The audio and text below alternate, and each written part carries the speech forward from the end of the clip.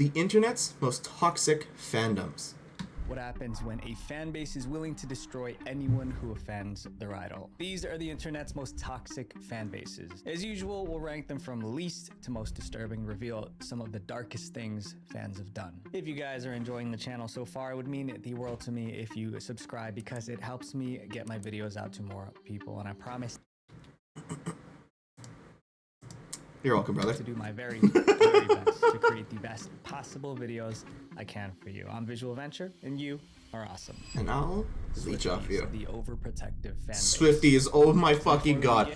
I have never met a Swift fan that hasn't gone ape shit over Taylor Swift. I swear to God, you say one bad thing about that blondie and everyone is losing their mind. Her music isn't even that good. Isn't even that good. You tell me to shake it off one more time, I'm throwing myself off the goddamn balcony. And I want to make this clear that this is not an attack on Taylor Swift or her fans in general, but there is a toxic part of her fandom that takes things too far. Almost every musician has overprotective fans, but with Taylor Swift, there are thousands of them. And No, true. It's kind of like idol culture. It is idol culture. In 2020, Taylor Swift released an album titled Folklore. As usual, music critics reviewed it, but one review made Taylor's fans mad. It was from a website called Pitchfork, and the interviewer was a woman named Jill. In her interview, Jill praised Taylor's songwriting, but she didn't like everything about the album, so Jill gave it an 8 out of 10. For most people, that was a positive review. Pretty damn good. An 8 out of 10 was unacceptable. It was an insult. Taylor's fans started ranting online, complaining about the review. Then one of them came up with a bizarre theory, which was that Jill and Pitchfork were trying to sabotage Taylor Swift. By giving Taylor's album a lower score, Pitchfork would drag down the album's overall rating, also known as a metascore. Once that sabotage theory took hold, fans were mad and they attacked. First, someone posted Jill's personal information online.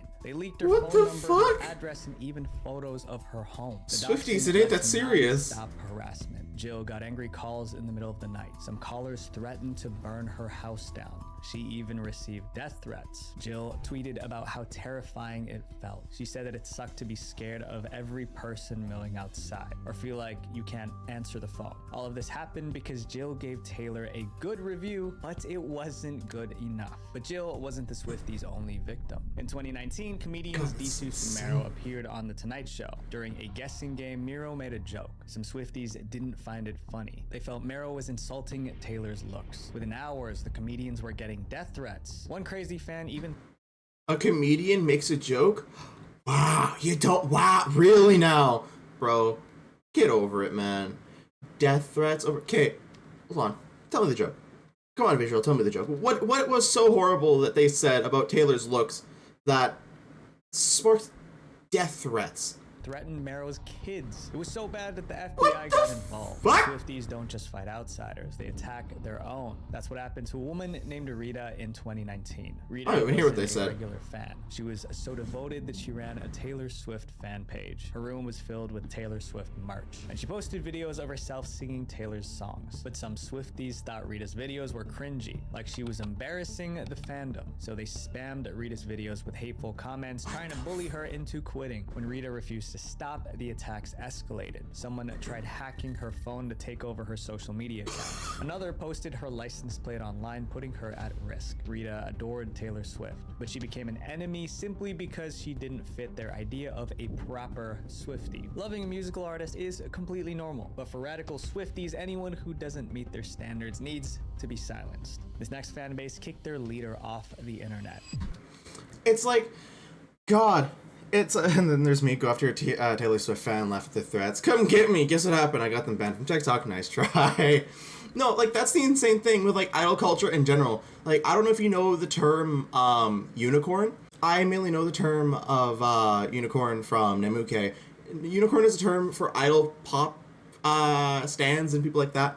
Because there's one guy who got really, really obsessive with, like, some K-pop's idol. And he tried to claim that, you know, K-pop stars were mythical creatures like unicorns. They shit rainbows and puke gold or something fucking crazy like that. And I'm not even making that up.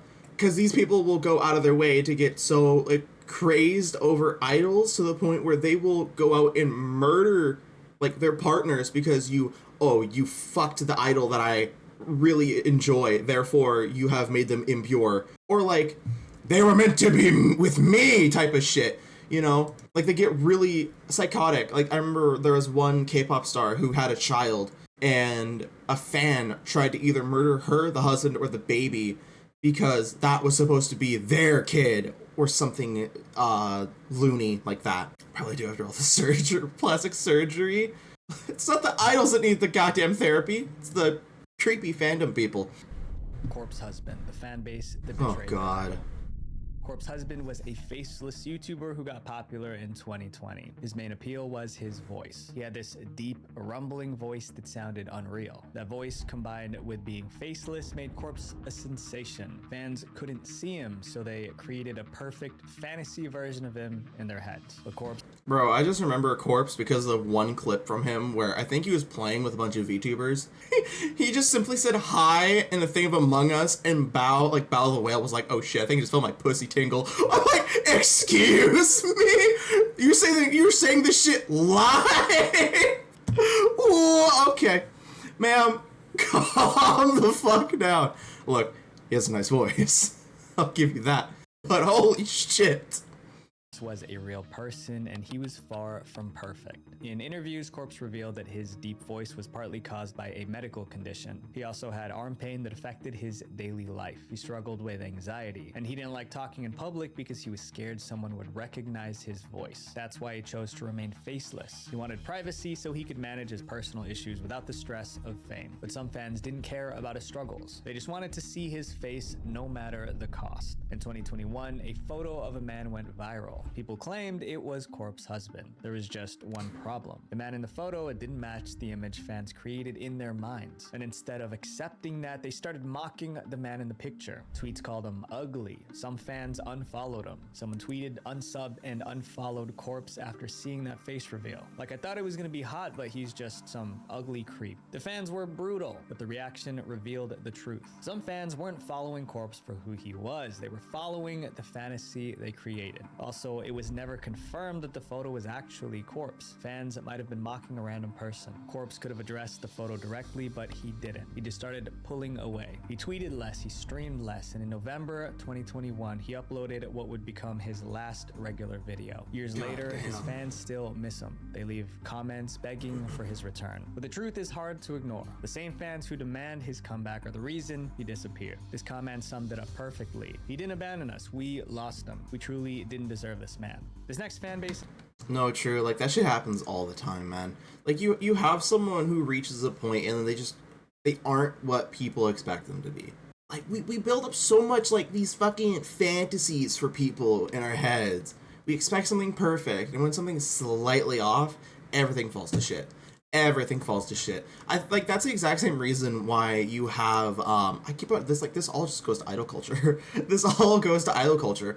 That's why you can see, like, some super goddamn famous people who have a manager following them wherever they go, everywhere, because if they say something out of line, they can step in and, you know, shut them up real quick. Or, I mean, you know, they go to eat a fruit gummy packet and they get their shit slapped out of their hands.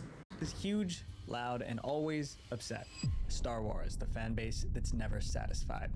There's a saying that you can't that makes please sense. Everyone. The Star Wars fan base is proof of that. They've complained about everything: storylines, dialogue, characters, even little things like the color of lightsabers. And when Star Wars fans get upset, they get toxic. Star Wars fans love the original trilogy, but nearly everything released after has been a problem. In 1999, The Phantom Menace hit theaters. It was the first movie after the original trilogy. It was also the first Star Wars movie in 16 years. Fans were excited until they actually saw the movie. Many hated the film. They felt it didn't capture the spirit of the originals. The backlash was so intense that it nearly ended the franchise. Disliking a movie doesn't make someone toxic, but how some fans expressed their anger was ugly.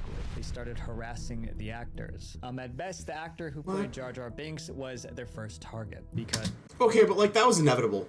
That was inevitable. Jar Jar is, like, the most hated Star Wars character of all time. No shit they would go after the Jar Jar actor. Like, you brought the most annoying character to life. Yeah, you're gonna be hated. You're just doing his job, people don't care. You brought that annoying asshole up to the screen. They hated the character. He could have denied the money.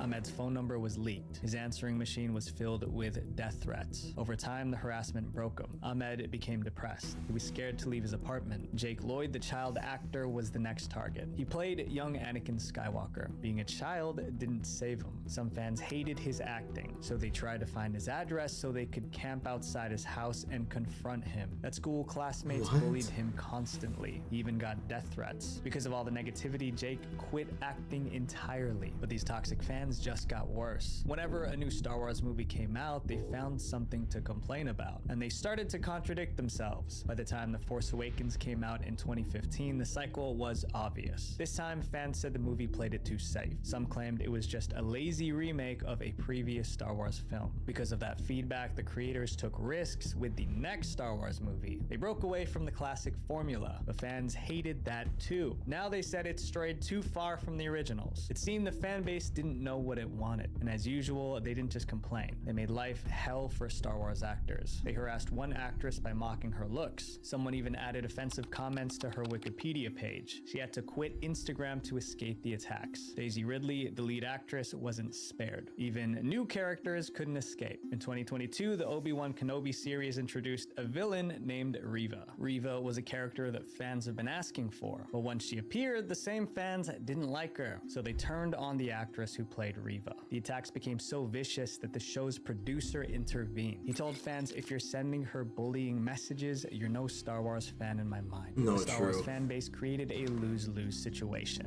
That's the thing, is like hating on things in like, oh god, hating on fandoms that you're in. It's like, I understand it to an extent because like you know it so deeply that you're gonna have a lot of shit to complain about, and I get it. But at the same time, do you really love the material as much as you say you do if you can complain so much about it?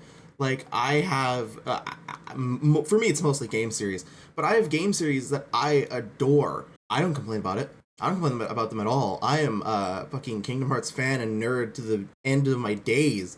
Kingdom Hearts 3 came out, I fucking loved every second of it. I thought all of it was amazing.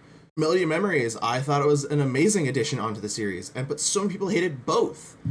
Because one thought the combat was shit in 3, and the other thought having a rhythm game as a spin-off was a horrible idea.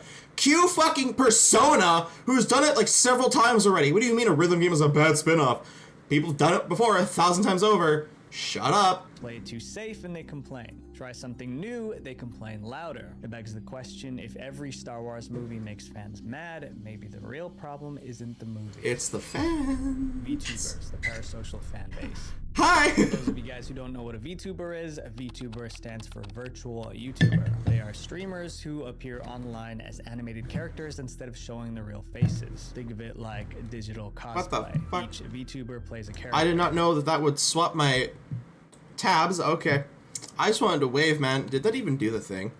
I don't think it did the thing. Ah, it did do the thing. Fucking god, I'm okay. Well, YouTuber. They are streamers who appear online as animated characters instead of showing their real faces. Think of it like digital cosplay. Each VTuber plays a character, and fans enjoy the show. But for some fans, watching VTubers isn't just entertainment. Some viewers get obsessed with VTubers. These obsessed fans are known as unicorns. To a unicorn, their favorite VTuber isn't just... They named the thing that I named! She's their virtual girlfriend. In order to maintain that girlfriend fantasy, the VTuber must stay single. She can't flirt or even speak to another man. If she does, they feel betrayed. And when these obsessive fans feel betrayed, the reaction can be explosive. No VTuber learned that lesson harder than Rushia. Rushia was one of Japan's biggest VTubers with over 1 million subscribers. I am not just a cartoon!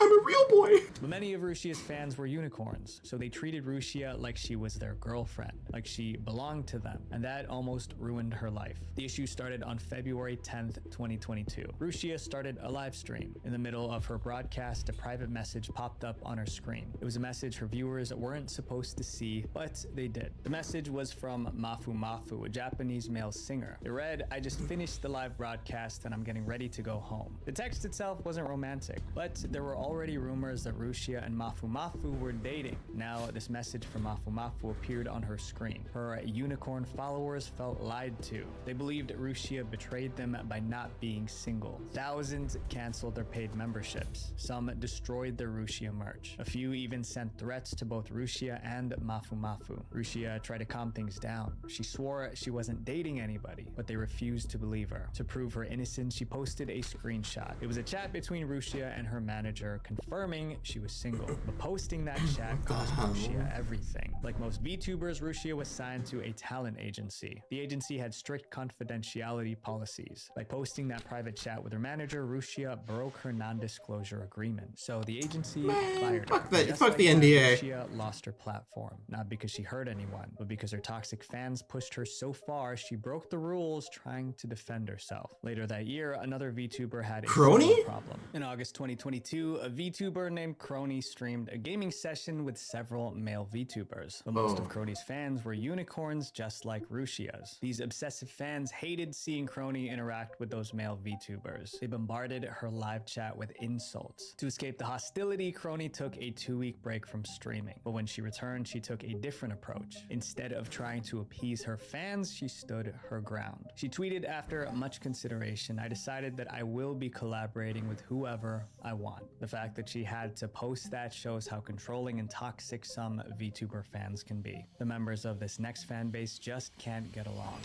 Good shit. Legend. Good shit though. Good shit. As you should, man. Hold your goddamn ground. Hold no court or some shit like that. I don't know, man. But no, as you should, dude. As you should. Who gives a shit what the people you like are dating? Like, really? Hi, Anomaly. Like, it shouldn't really matter that much, but unfortunately it does so much. I hope you're doing okay, by the way. Holy fuck, League of Legends. Are you really surprised that this game has a toxic fan base? Trigger warning. My bad. Fuck. No one look! Here. Distraction! Flashbang! It's the fan base that hates each other. No gaming fan base is as toxic as League of Legends. At least that's Your Honor, what League of said. Legends. In 2024, a survey asked gamers which fan base was the worst. Around 36% picked League. Oh, yeah, no, that's true. It's about how the players treat each other. League of Legends is built around teamwork. 5 players join forces to beat another team. Success depends on working together, but most players end up fighting their own teammates. If someone makes a mistake, their teammates explode. Players scream insults in the chat. Others go even further. They int. Inting is when a player deliberately dies over and over in the game. They do this to either troll or punish their own team. Either way, inting ruins the game for everyone. Riot Games, the company behind League, has tried to control the toxicity. They ban aggressive players, they added mute buttons. They even created a system to reward good behavior, but none of it worked. By 2020, 98% of players said that they have been harassed in-game. 98% is nearly every player. If players are this toxic during casual matches, imagine what happens when money is at stake. League of Legends has massive esports tournaments, and these tournaments offer millions of dollars in prize money. The most famous team in League is T1. Faker. Championships, and their star player named Faker was insanely skilled. Fans called him the Michael Jordan of esports. But in 2020, the same fans who idolized T1 turned on them. That year, T1 failed to qualify for a major tournament. Fans blamed the team's coaches for benching Faker during the qualifiers. The coach who benched Faker received death threats. Other players began getting threats as well. T1. Okay, while he of course does not deserve death threats, I will admit, you're a fucking idiot for benching one of your best players. Faker is so goddamn good that I know his name, and I only played like fucking 4 matches, dude. He's that goddamn good. He is like the staple of fucking League right now, and you benched him? Bro, okay, death threats? No one deserves death threats. But God, you deserve a swift kick to the dick for being that stupid, just in general. Like, you need a refresher, buddy. CEO had to plead with fans to stop. Some fans ignored the warning. By September 2020, T1 started tracking down those behind the threats to take legal action. This wasn't the only time fans turned on a professional League team. One team received an actual weapon in the mail. It was supposed to be some kind of warning. It's no wonder so many consider League of Legends the most toxic fan base in gaming. Up next is a fan base that operates like a mob. Genshin Impact, the fan base that bullies. I never heard that many people get pissy over Genshin though. Realize it launched in 2020, just 5 years ago, but it already generated over $6.3 billion in revenue. More than 11 million people play the game every month. That's the population of a small country. But a game this big attracts all kinds of fans. Some of them are notorious for bullying, and sometimes they attack for surprising reasons. It's exactly what happened in 2022. An artist posted an illustration of Kaya, one of Genshin's main characters. It was just fan art, nothing controversial. But the artist made one mistake. No. Kaya's skin tone was lighter than usual. That small error caused chaos. Hardcore fans demanded the artist delete the drawing. One comment said, draw him correctly or don't draw him at all. That was harsh, but some fans went further. Someone stole the drawing, darkened Kaya's skin, and reposted it. Bro, that's not even right. Bitch looks like a fucking roasted hot dog. Dude, if you're not gonna draw him right, don't draw him at all. Come on, man.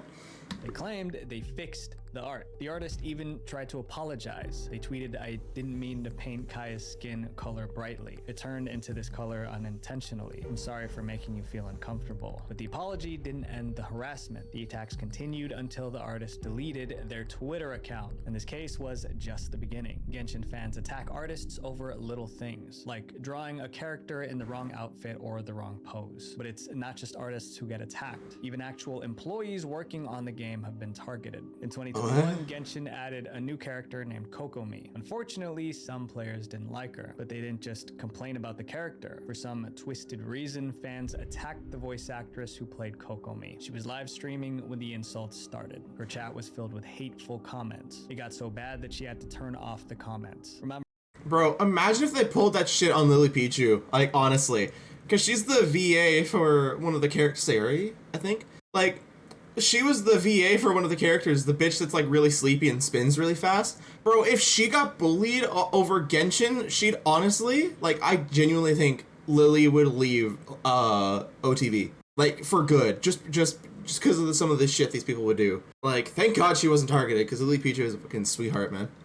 This voice actress was just an employee. Later, she posted that she only wanted a relaxed and happy environment, but the Genshin mob didn't back off. And this wasn't even the worst moment that year. In September of that year, Genshin celebrated its first anniversary. Fans expected huge rewards, but when the rewards were released, many were disappointed. They felt like the rewards weren't good enough. This time, they didn't just make hateful comments online. They tried to sink the whole ship. Thousands of Genshin fans went on the Google Play Store and review bombed the game. They all left 1-star reviews. On the Play Store, apps with low ratings can disappear from search results. So by review bombing the game, these fans were trying to bury it. The game's rating dropped from 4.5 stars to 2 stars. Damn! Google noticed what was happening, so Google deleted the fake reviews. But the fact that Google was trying to save the game made fans even angrier. Now, Genshin fans started review bombing Google's apps like Google Classroom. More than 20 apps across the Play Store were filled with fake negative reviews. The war only ended when the developers of Genshin Impact gave in. They added extra rewards to calm the fans down. If this community can sabotage their own game, what'll they do next? Up next is a fan base that chased away the creator of their game.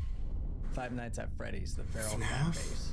Five Nights at Freddy's launched in 2014. It was an instant hit. Players took on the role of a night guard trapped in a haunted pizza shop. The game was filled with hidden clues and mysteries waiting to be solved. The community grew fast, but as the fan base exploded, so did its darker side. The game was created by Scott Cawthon, and in the early days, Scott was very active in forums. Did you see someone tried to claim Scott Cawthon as a Nazi because his character, they say, is like, it's almost like a swastika. That's a person running. Have you never seen a fucking walk cycle? Huh? What do you mean? Scott listened to fans and shaped new games around their ideas. Fans loved having that connection, but the closer Scott stayed to the community, the more demanding it became. In 2015, FNAF 3 and 4 were released, but fans thought the games weren't scary enough. Others thought they were too easy, so angry fans attacked Scott directly. One fan even went after Scott's family. I mean, imagine threatening someone's family over a game. But the attacks didn't stop there. Later that year, Scott released the first Five Nights at Freddy's book. His co co-author was a woman named Kira, but fans couldn't find much about her online, so they concluded she didn't exist. They accused Scott of lying and attacked him again. Scott later clarified that Kira was a professional writer, but he told her to make her accounts private because he expected weirdos and creeps to stalk her. That means Scott realized how toxic the FNAF fandom was becoming. In 2016, it got worse. Scott launched a spin-off called FNAF World. The game was buggy, so fans hated it. Scott took the game down, fixed the issues, and re-released it for free. But fans kept criticizing Scott, calling him a sellout. When Scott deleted the worst comments, they accused him of censorship. A man who's running a business trying to make money? Gasp! Sellout. What are you talking about? They're acting like Scott is like their best bud and not, you know, someone who's trying to make a living. What? He couldn't win with them. By 2021, he had enough. He stepped away from... Did I just read LGBTQ terrorists over FNAF? Five Nights at Freddy's completely. After Scott left, new developers took over to keep the franchise alive, but the toxic fans treated them even worse. In 2024, a fan project called FNAF in Real Time was canceled. The developers revealed they were receiving threatening messages from angry fans. The harassment shook them so much that they abandoned the game too. The community that made FNAF a hit was tearing it apart. One FNAF fan on Reddit said it best: "We literally can't have anything anymore." My friends, being a fan of something isn't an excuse to hurt people. If there's one thing to take away from this video, it's this: we can enjoy good things without tearing others down. Visual Venture. And people suck. God, I hate people.